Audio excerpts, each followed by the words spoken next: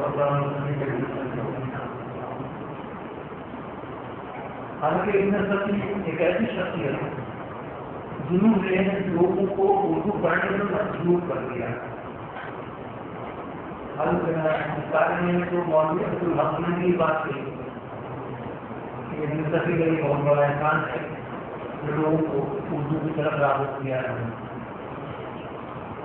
اور یہ اتفاق ہے کہ کتاب نکل کے کیا کہنا چاہیے کہ کچھ اچھے الفاظ جب آپ نازیاں ہیں اور ہر الفاظ رہنا چاہتا ہوں. بات سبھی صاحب کو تسلیم نہ کرنے کے اسباب بہت سے ہیں. ہمارے ذریعے اس کے ساتھ وہ ہیں ان کی زندگی میں ان کو تسلیم کر دیا آہستہ آہستہ وہ اس طرف آ رہے ہیں.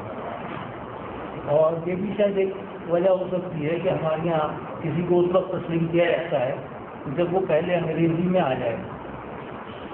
سب لوگوں کو خیال آتا ہے کہ یہ کوئی اہم بات ہے, یہ کوئی اہم چیز ہے, اس کو دیکھا ہے. تو سبھی صاحب جب انگریزی میں منتقل ہوئے میرا خیال اس کے بعد ہی لوگوں کو یاد آنا شروع ہوا کہ ہمارے یہاں ابن سبی نام کا ایک شخص اچھا رائٹر گزرا ہے.